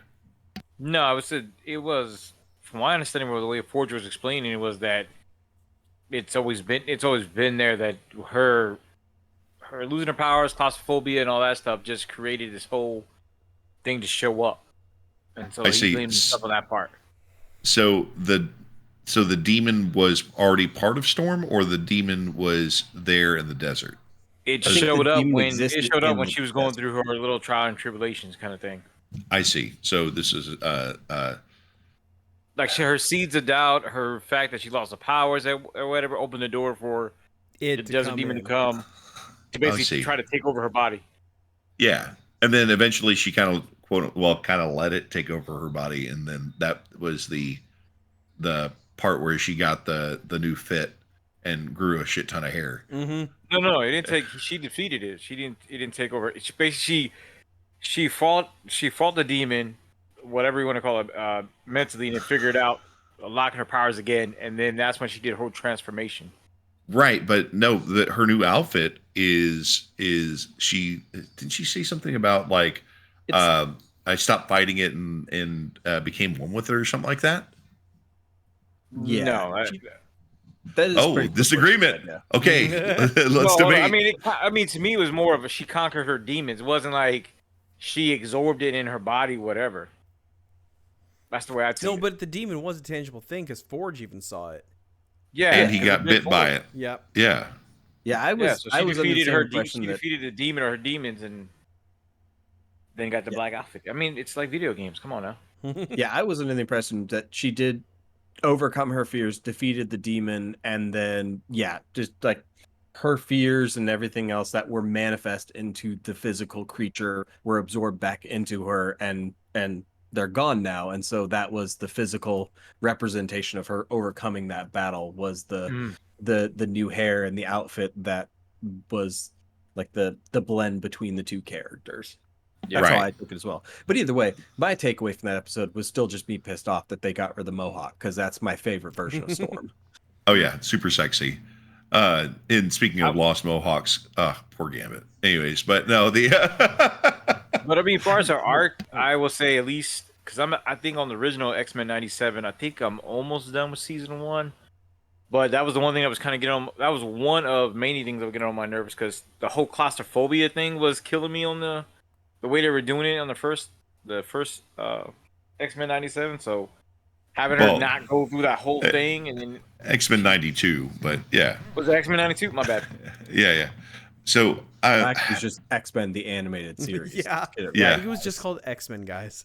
You need the canonically correct terminology if we're going to have an educated discussion about the series. You know, So we can't wasn't- have Take you educated seriously when you do discussions. this So right here. wasn't Just from behold, what behold. her fear originally came forth whenever basically her town got destroyed and there was like a wall that fell on her or something, right?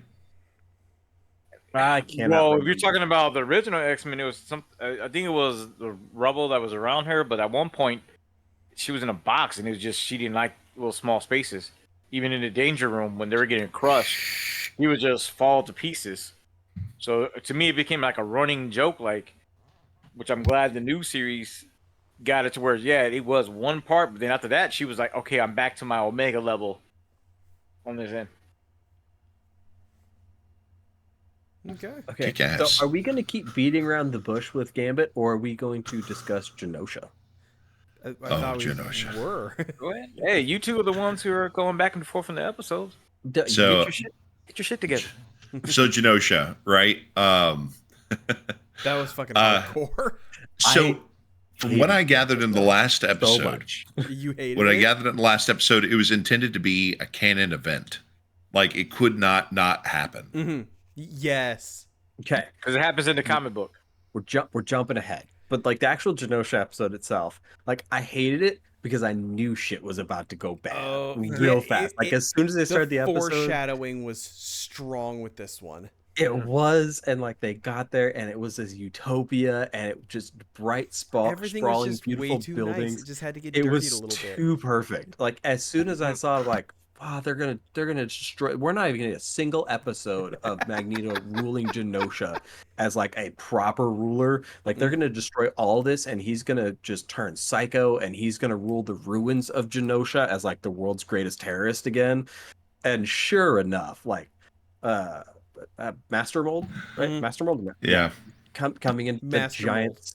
sentinel heads, like the Yes. tri-sentinel heads on the ship, just destroying and killing everyone. Oh my goodness, it was so cool. But I couldn't. I thought it was going to be Rogue that they were going to kill off, because like it seemed like they were setting Yeah. up to not only like destroy the country, but also like they were going to kill a main character, and like it seemed like Rogue was having that love triangle between Gambit and Mhm. Magneto and herself, and she was trying to figure out who she was going to pick. She finally decided, it can't be Remy. She needs that physical touch. It's something that she's missed in her life. Magneto's the only That person dance she could was get that fucking with. steamy. It Yes. was- Like yeah. I was sitting there watching it. I was Nice. turned to my wife and I was like, "This is getting steamy, Crystal. This is getting real steamy." Hey, my thing is this though: if Rogue wanted a physical touch, why didn't she just get one of those collars to put on her for that brief time she wants to have with Gambit? So her powers don't. Because she What? doesn't want to. Because Yes, that would have worked. it would have worked, but then you're no longer yourself. You're not yourself interacting with another person. You're having to take a piece away from you that is a core piece of their person, is their mutant abilities, and But it's how something that makes she- them who they Yeah, are. but She Leave it to hates that Hunter part of to herself. fan cartoon and even to the just movie, head Rogue has canon away always things. had, every time the genre came up about her powers being taken away, she's went to explore that.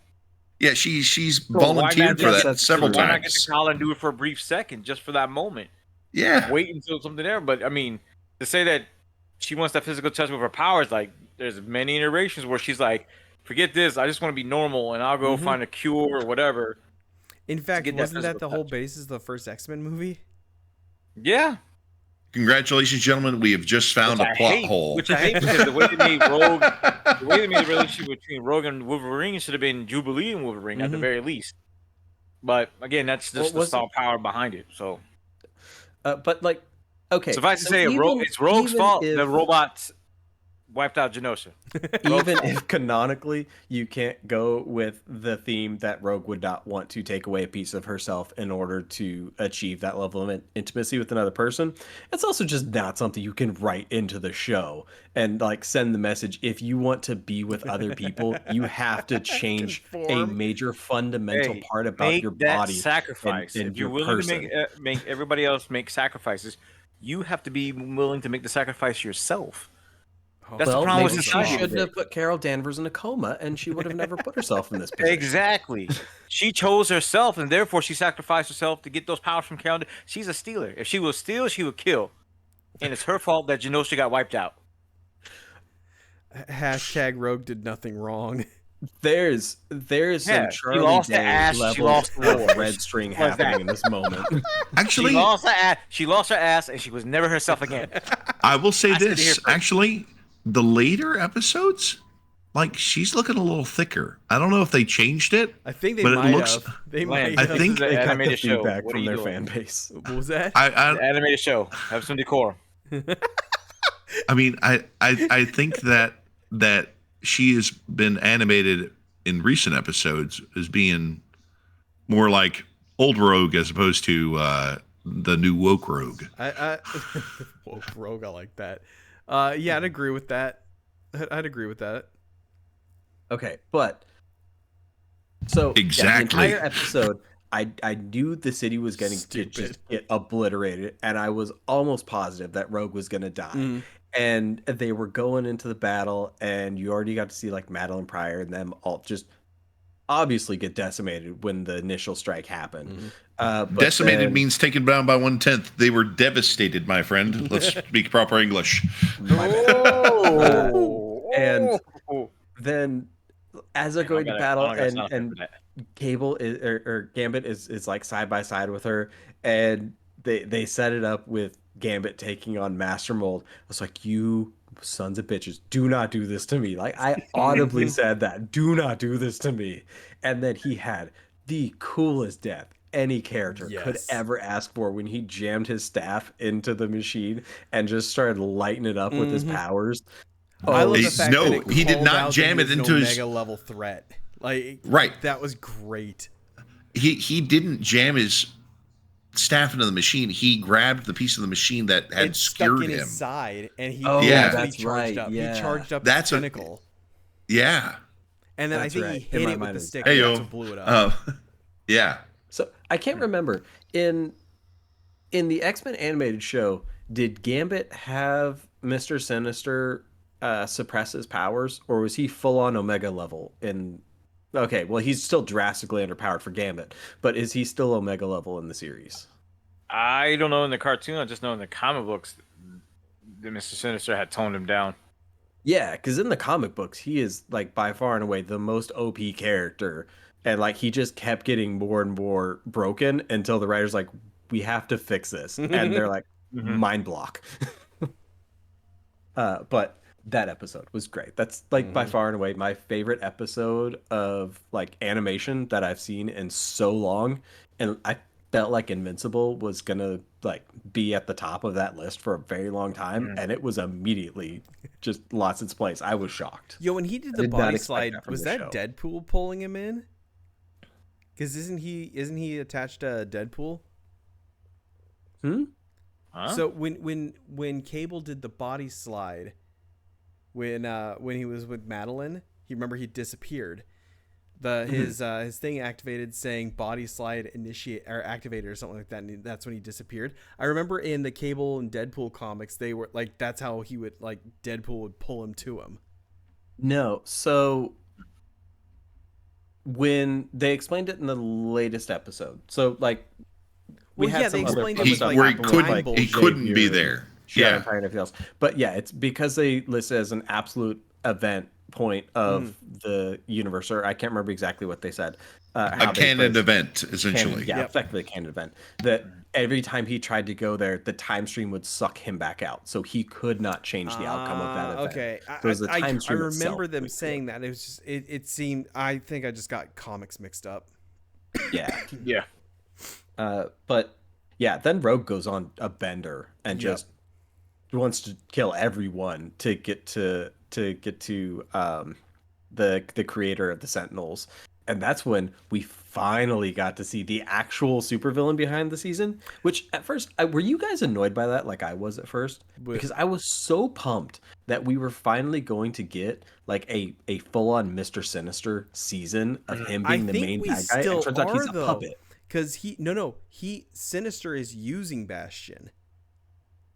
That's I what don't he said know. in the No. episode. Sinister, That to me, it seems like Sinister's kind of being a basic beta bitch compared to Bastion.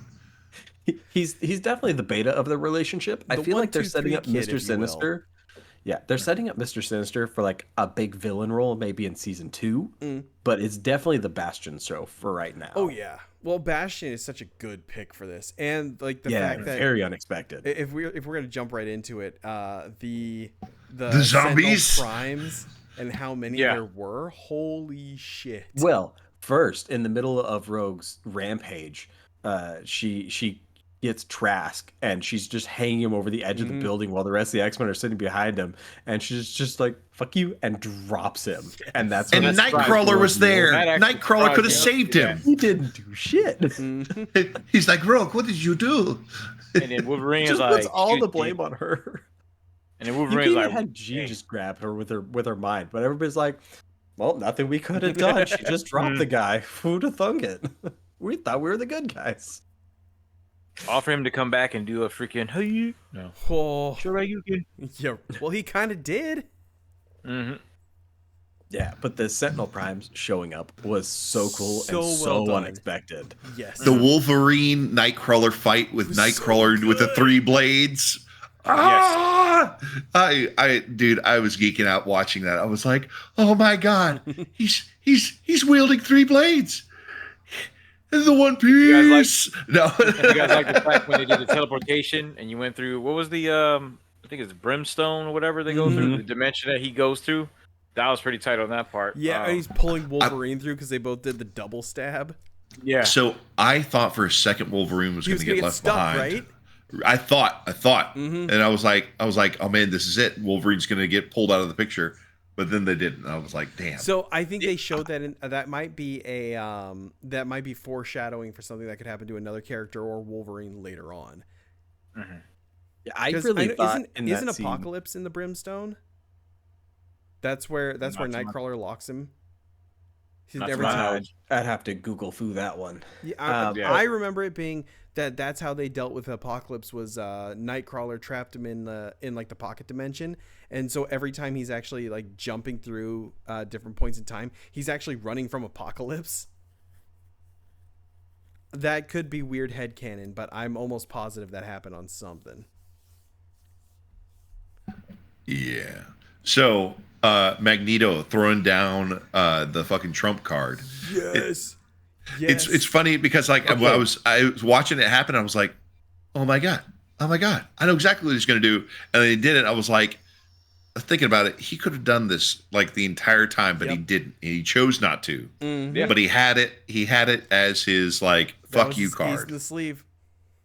Yeah. For anyone who hasn't seen this series yet, the first part of the season finale that dropped, in the middle of the episode, Bastion just flips a switch and you just see an unreasonable amount of people turn into Sentinel Primes, and they just start leveling people basically across the globe. They destroy the mansion, everything else. Really fun battle. But at the end of it, when Magneto breaks Just out of using it, people as fucking torpedoes. Like, Yeah. just sets off a global EMP. It was I so did cool. like how it ended, or like how like before the EMP went off, where Sunspot actually showed his powers, and he's like, "Ah, shit, they're trying to kill me," and they're like, "No, we're not. We're here to save the mutants." those sons of bitches. Fucking psyop. Classic. Oh yeah, it was so good. Like the mind games are just amazing.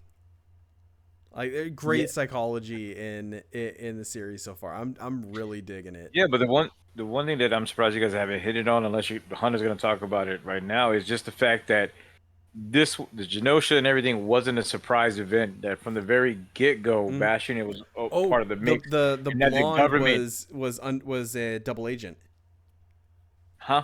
The The UN representative. the UN rep was a Yeah. double agent.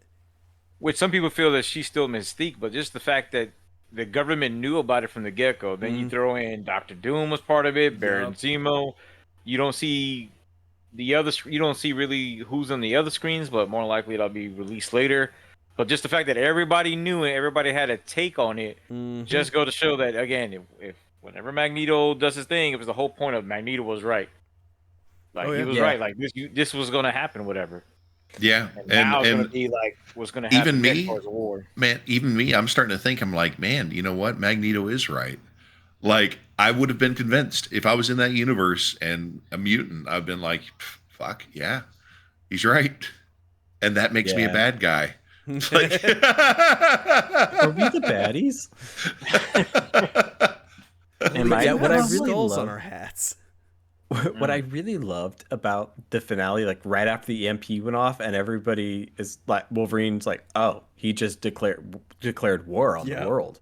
But also when Xavier's space pod is making it back and it Yes. crash lands into the mansion, the reason why it crash lands is because that ship was also affected by the EMP. Oh So my he God, that wasn't makes able to land sense. it. That's why it crashed. And Oh, like that I makes a lot didn't of notice it in the sense. time. I was thinking about it like an hour or two later. I was like, oh. He was just in it when it happened, and it just fucked everything. Oh my God, that makes Yeah, so he much was sense. entering the And so- atmosphere. He had and so there's now nothing he could he's do. going to be oh god, all the people that died in those airplanes. Yeah, Damn. dude, I just love the part where he's like, "To me, my X-Men." That was so good. No, I preferred Cyclops. in that Cyclops earlier was really season. good though. So that then intends that the little walkie suit that he got from the Empire Isn't gonna work. is no longer isn't going to work, and he's going to Well, have to shit, his go wheelchair via won't work floaty either. cart. Well, no, his wheelchair will work because he moves that via He uses telekinesis. his mind, right? Yeah, ain't no wheels on the bitch. There's your quote. Professor X Wheels on doesn't that have bitch. telekinesis powers. He's only a telepath. Can he lift stuff with his mind? No, I thought he was a telekinetic. no, he's No, a no, telepath. that's He Jean. is not. He is. Yeah, He's Jean just- is a telepath with telekinesis, but Professor X He is is the just most telepath. powerful telepath in the world. Yeah. It's a different. His chair, I think. His chair was designed by him, but I also thought that Magneto also helped him out design it as well. That could be correct. It's So- been forever. Professor X Oh, I know does it's have correct. telekinesis, Question. just not the same level as. Yeah, I did question you guys. Yeah, he does have telekinesis, but just not as much as Jean Grey's. Hold So on. Jean What is the Grey would- source? What is the source? If If you say Wicca, if you say Wicca, And if it doesn't include 616, it doesn't Yeah, count. that's true. yeah. okay, I am quoting the Quora. No, No. All right. no. I respect you and your shirts, but no, no. So here's my question. Mhm. Now that Xavier's back and Magneto had his like Ultimates Universe ultimatum moment, except instead of just flooding the entire planet, he EMP'd everybody and sent Yeah. us back to the Stone Ages. Is this going to be the setup that they're going to use to introduce Onslaught next season? Because we have the black and purple like giant M Magneto like costume and everything else. Xavier's back. Mhm. Like canonically, they're around that time in the story. Yeah. Oh, dude, that would be Onslaught. Would be so good. That would be dope, right? Yeah, that would be really good. I just want the Juggernaut to show back up. He's in the intro, but he's not in the show yet. I imagine he's probably gonna be in the next He'll episode. show up for Like sure. it's He gonna was a fan be, favorite. Yeah. it's Yeah. gotta be an all hands on deck sort of situation for Yeah. the season finale when it's the X-Men against all of the I mean, Everybody. are there going to I mean, we be could see many the like Brotherhood of Central the- Primes left? I Brotherhood think of they the might Mutants. also be leading up to X-Men vs. Avengers. This is also true. And we What did with see the little? Spider-Man. We did see Yep. Spider-Man. Well, We did they see showed those Spider-Man. They showed a bunch of those characters because they existed in the original series as well. So it was more of True. like cameo callbacks, is how I took it. Because Well- if they Yeah. do Avengers vs X-Men, that means we get Phoenix Force Cyclops, and that is the most powerful character in the Marvel universe, basically. And that would be dope. Well, and I mean, there's also the spat between her and Captain America. Captain America was like, "Well, we have to get everybody registered," and she was like, "Oh, really?" And threw his shit. And he's like, "Fuck you," and then ran off. So I honestly when thought she there was threw his shield. yeah through his shield, and he's like, "Fuck, I gotta go walk and get that." Like. We got to do this by the books. Yeah. Right. Yeah, totally. And like, so, I mean, it makes sense that there might be some some alternate like Civil War like curled into this. It'd be very interesting. I am curious to see where it goes. Me too. Okay. I gotta tell you guys the theory because it's getting late and I don't know how much longer we're gonna be. Yeah, I doing think this we're gonna have to podcast call for. it soon. So they mentioned in the episode that Genosha is a canon event. Cable goes back, he sees his mom, and they have that moment. She dies happy because she finally got to see her son. She knew exactly who it was, and he gets pulled back. And they talked about all that in this episode. Because Genosha is a canon event, and they've talked about Wolverine failing the X-Men of his universe in Deadpool 3.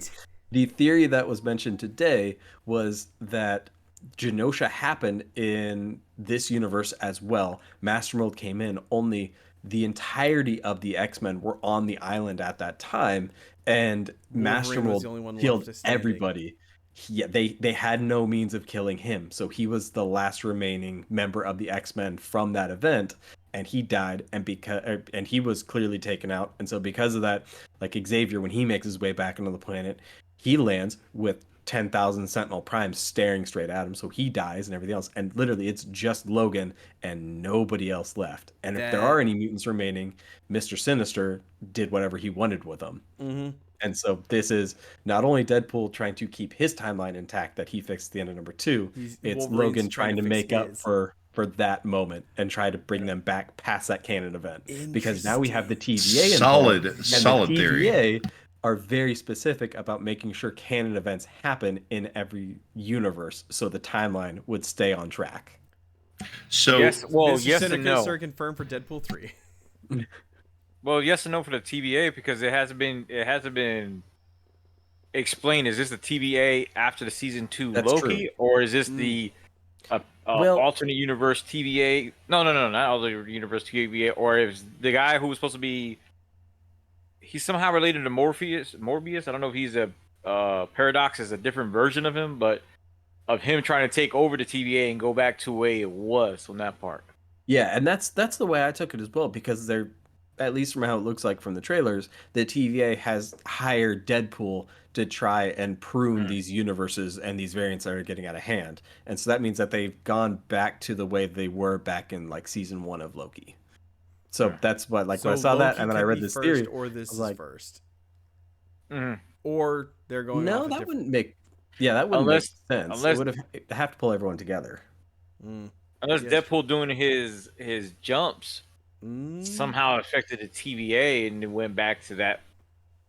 That's another, possible. But either way, I read that and I was like, this makes way too much sense. And even if they don't go this route, I still enjoy the headcanon between now and when the movie releases. And they did. Hell yeah. They did. Didn't they allude to Sinister in Logan? They've alluded to Sinister in like 4 of the X-Men movies now at this point. All right, fair. I hate it. I hate it so much. I just want him to be a live action character and be the badass that he is. Who would play Sinister if you had a choice? Anybody. Michael Clark Duncan. Dude's dead. I know that's unfortunate. It's unfortunate, but he would have made a great Son of a Sinister. bitch. Oh, you know who would do absolutely amazing?